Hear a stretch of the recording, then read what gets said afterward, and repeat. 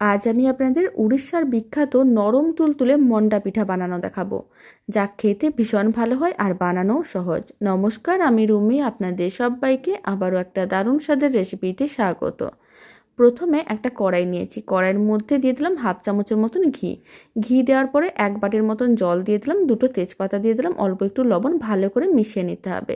জলটা ফুটে ওঠার জন্য অপেক্ষা করতে হবে। জল যখন ফুটে উঠবে 1 বাটি চালের গুঁড়ো দিতে হবে, আতপ চালের গুঁড়ো। গোবিন্দভোগ চালের গুঁড়ো দিলে খেতে আরও অনেক বেশি ভালো লাগবে। তারপর 5 মিনিট ঢাকনা বন্ধ করে রেখে দিতে হবে। তারপর ঢাকনাটা খুলে সমস্ত কিছু ভালো করে মিশিয়ে আবারও ঢাকনা বন্ধ করে এক সাইডে রেখে দিতে হবে। এদিকে আমি একটা ফ্রাইং প্যান নিয়েছি, অল্প একটু ঘি দিয়ে দিলাম, আর দিয়ে দিলাম নারকেল কোড়া, আর দিয়ে দিলাম গুড়, আর আমি দিয়েছি ছানা।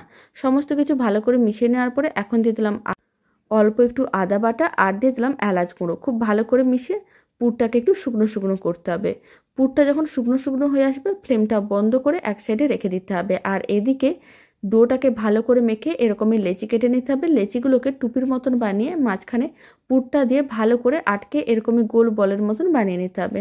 সমস্ত মন্ডা পিঠাগুলো একইভাবে রেডি করে নিয়েছিলাম। কড়াইতে জল গরম করে নিয়েছি, তারপর একটা ছিদ্রযুক্ত পাত্র রেখে সমস্ত পিঠেগুলোকে দিয়ে 7 থেকে 8 মিনিট বা 10 মিনিটের মতন ভাপে সেদ্ধ করে নিতে হবে।